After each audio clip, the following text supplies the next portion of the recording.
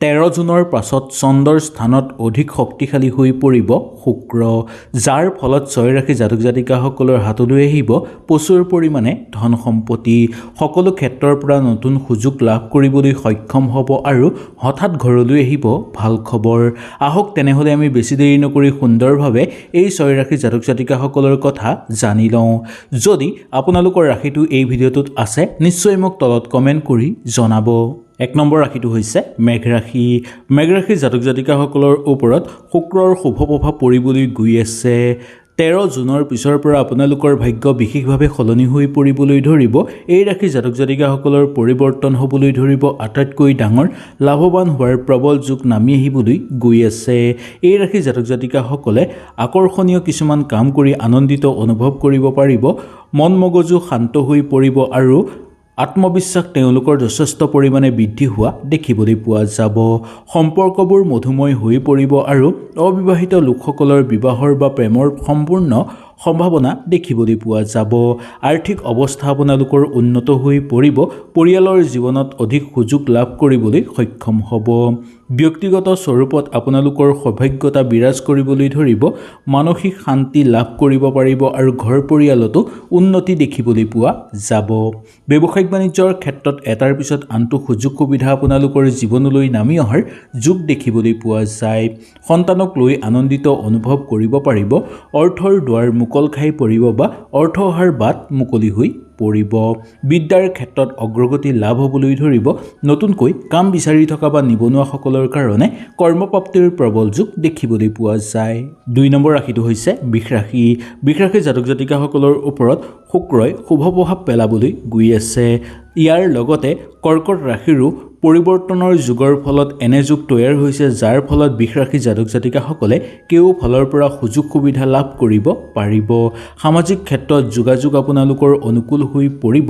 নতুনকৈ কিবা কামত আগভাগ ল'লে সকলোৰে পৰা সহায় সহযোগিতা লাভ কৰিব পাৰিব। আপোনাৰ কথা আৰু চিন্তাৰে আপোনালোকে বহুদূৰ আগুৱাই যাব পাৰিব। ভাতৃ ভগ্নী আৰু আত্মীয়ৰ সৈতে সম্পৰ্ক উন্নত হৈ পৰিব। সৰু সুৰা ভ্ৰমণত সফলতা অৰ্জন কৰিব পাৰিব। সুখ কঢ়িয়াই আনিব পাৰিব। ব্যৱসায়িক বাণিজ্যৰ লগত জড়িত লোকসকল বা পেছাদাৰী লোকসকলৰ কাৰণে নতুন চিনাকিৰ কাৰণে আপোনালোকে নতুন চিনাকি লাভ কৰিব আৰু লাভজনক সহযোগিতা লাভ কৰিব পৰাৰো প্ৰবল যোগ দেখিবলৈ পোৱা যাব। ঠিকা ঠুকলি কৰা লোকসকলৰ কাৰণে অনুকূল প্ৰভাৱ দেখিবলৈ পোৱা যায়। যুটীয়াভাৱে ব্যৱসায়িক বাণিজ্য কৰা লোকসকলৰ কাৰণে কৰ্মত বিনিয়োগ কৰিব বিচাৰিলে সুন্দৰভাৱে পাৰিব আৰু নতুনকৈ কিবা কৰ্ম আৰম্ভ কৰিব বিচাৰিলেও সুন্দৰভাৱে আপোনালোকে পাৰিব। প্ৰেম আৰু দাম্পত্য জীৱনত সুখ শান্তি আৰু বৃদ্ধি পাবলৈ ধৰা দেখিবলৈ পোৱা যাব। কেৰিয়াৰৰ ক্ষেত্ৰত আগুৱাই যাব পাৰিব। ঠিকা ঠুকলি কৰি থকা লোকসকলৰ কাৰণেও শুভ ফলাফল দেখিবলৈ পোৱা যায়। কাৰ্যকৰী পৰিকল্পনা অতি সোনকালে আপোনালোকৰ সিদ্ধি হৈ পৰিব। 3 নম্বৰ ৰাশিটো হৈছে মীন ৰাশি। মীন ৰাশি জাতক জাতিকাসকলৰ গ্ৰহ নক্ষত্ৰৰ বিশেষ পৰিৱৰ্তনৰ ফলত 13 জুনৰ পিছৰ পৰা আপোনালোকৰ ভাগ্য সলনি হৈ পৰিবলৈ ধৰিব। আপোনালোকৰ প্ৰেমত সুখ বৃদ্ধি পাবলৈ ধৰিব। স্থিতিশীল কৰ্ম আপোনালোকে লাভ কৰিব পাৰিব আৰু সুখৰ সংকেত সূচক হৈ পৰিব। আপোনালোকৰ প্ৰেমৰ সম্পৰ্কত চলি থকা সম্ভেদবোৰ বা বিভেদবোৰ আপোনালোকৰ নোহোৱা হৈ পৰিব। আনহাতে অবিবাহিত লোকসকলৰ কাৰণে ভাল সময় আহি পৰিছে বুলি ক'ব পৰা যায়। অধ্যয়নৰ ক্ষেত্ৰত আৰু প্ৰতিযোগিতামূলক কাম কাজৰ লগত জড়িত লোকসকল বা ছাত্ৰ ছাত্ৰীসকলৰ কাৰণে সফলতা লাভ কৰিব পাৰিব। স্থিতিশীল বিত্তীয় লোকসকলৰ কাৰণে আপোনালোকৰ অত্যন্ত অনুকূল হ'ব। হয়তো প্ৰশংসা লাভ কৰিব পাৰিব বা স্বীকৃতি আপোনালোকে লাভ কৰিব পাৰিব। পৰিয়ালবৰ্গৰ মাজত থাকোঁতে আনন্দ বৃদ্ধি পাবলৈ ধৰিব আৰু উদযাপনৰ সুখ মুহূৰ্ত আপোনালোকে বিচাৰি পাবলৈ সক্ষম হোৱা দেখিবলৈ পোৱা যাব।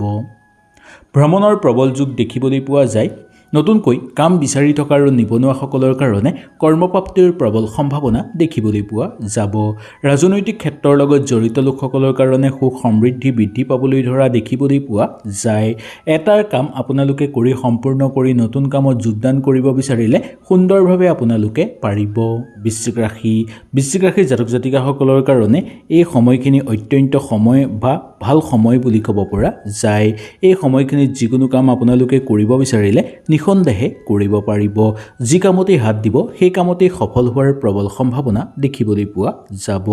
নতুনকৈ কিবা কাম আপোনালোকে হাতত ল'ব বিচাৰিলে সুন্দৰভাৱে ল'ব পাৰিব আৰু সেই কামৰ পৰা উচিত ভাল ফলাফল অৰ্জন কৰিব পৰাৰ যোগ দেখিবলৈ পোৱা যাব।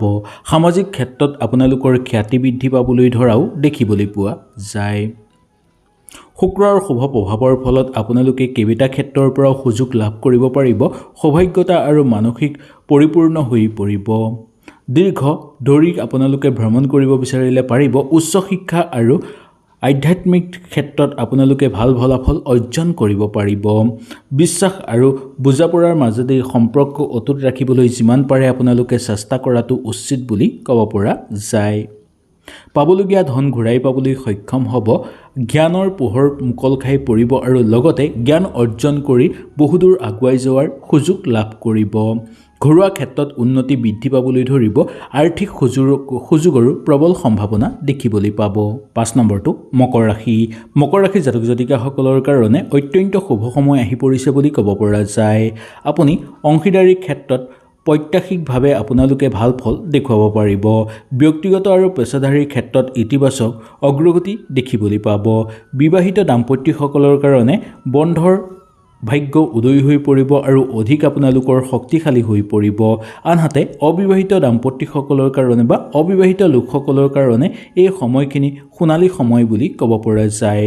কাৰোবাক অতি সহজতে আপোনালোকে আকৰ্ষিত কৰি তুলিব পাৰিব।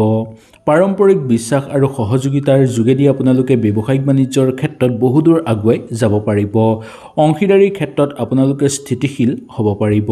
এই সময়খিনি আপোনালোকে কোনো নতুন কামৰ চুক্তিত স্বাক্ষৰ কৰিবলগীয়া হ'ব পাৰে। আলোচনা বা সম্পন্ন ক্ষেত্ৰত আপোনালোকে আগুৱাই সুন্দৰভাৱে যাব পাৰিব। নতুনকৈ কাম কাজ কৰিব বিচাৰিলেও কৰিব পাৰিব বা নতুনকৈ কিবা কামত যোগদান কৰিব বিচাৰিলেও নিঃসন্দেহে আপোনালোকে সেই কামত যোগদান কৰিব পাৰিব। 6 নম্বৰ ৰাশিটো হ'ল কন্যা ৰাশি। কন্যা ৰাশি জাতক জাতিকাসকলৰ ওপৰত শুক্ৰৰ শুভ প্ৰভাৱ পৰিবলৈ গৈ আছে, যাৰ ফলত বহুকেইটা ক্ষেত্ৰত আপোনালোকে লাভৱান হ'ব পাৰিব। সামাজিক ক্ষেত্ৰত আপোনালোকৰ সম্পদ লাভৰ সুযোগ দেখিবলৈ পোৱা যাব। নতুন বন্ধুত্ব গঢ় লৈ পৰিব। প্ৰশংসনীয় পাত্ৰ হৈ পৰিব সামাজিক ক্ষেত্ৰত। পেছাদাৰীৰ ক্ষেত্ৰত আপোনালোকে নিজৰ লক্ষ্যত উপনীত হ'ব পাৰিব। একাধিক উৎস আপোনালোকে লাভ কৰিব পাৰিব।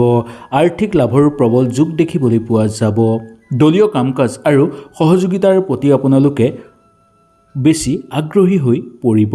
পৰিয়ালবৰ্গৰ মাজত অত্যন্ত অনুকূল প্ৰভাৱ আৰু শুভ প্ৰভাৱ দেখিবলৈ পোৱা যাব। দীঘলীয়া ধৰি ৰৈ থকা কামত আপোনালোকৰ সুন্দৰভাৱে হৈ পৰিব বা আপোনালোকৰ ইচ্ছা পূৰণ হোৱাৰ প্ৰবল যোগ দেখিবলৈ পোৱা যায়। মনৰ আশা পূৰ্ণ হৈ পৰিব। পৰিকল্পিত কাম আপোনালোকৰ সুচাৰুভাৱে হৈ পৰা দেখিবলৈ পোৱা যাব। ধৰ্মীয় ক্ষেত্ৰত এটাৰ পিছত আনটো উৎসাহ আপোনালোকে পাব। দৈনন্দিন কাম কাজৰ লগত জড়িত লোকসকলৰ চলি থকা সমস্যাবোৰ কিছু পৰিমাণে পাতল হৈ পৰিব। দৈনন্দিন বা কাম বিচাৰি থকা লোকসকল বা নিবনুৱাসকলৰ কাৰণে কৰ্মপ্ৰাপ্তিৰ যোগ কিন্তু দেখিবলৈ পোৱা যাব পাৰে। মাথো অকণমান আগ্ৰহ আৰু অকণমান শ্ৰদ্ধা ৰাখি কৰ্মৰ প্ৰতি অকণমান আগ্ৰহী হৈ চলিব। তেতিয়া আপোনালোকৰ এটাৰ পিছত আনটো সুযোগ জীৱনলৈ নিশ্চয় আহিব। হয়তো এই ভিডিঅ'টোৰ যোগেদি আপোনালোকে সুন্দৰভাৱে বুজি পালে। কিবা বুজি নাপালে নিশ্চয় মোক তলত কমেণ্ট কৰি জনাব। তেনেহ'লে আজিলৈ আপোনালোকৰ ওচৰৰ পৰা বিদায় লৈছোঁ। কালিলৈ পুনৰ আপোনালোকক লগ পোৱাৰ প্ৰতিশ্ৰুতিৰে আজিলৈ নমস্কাৰ।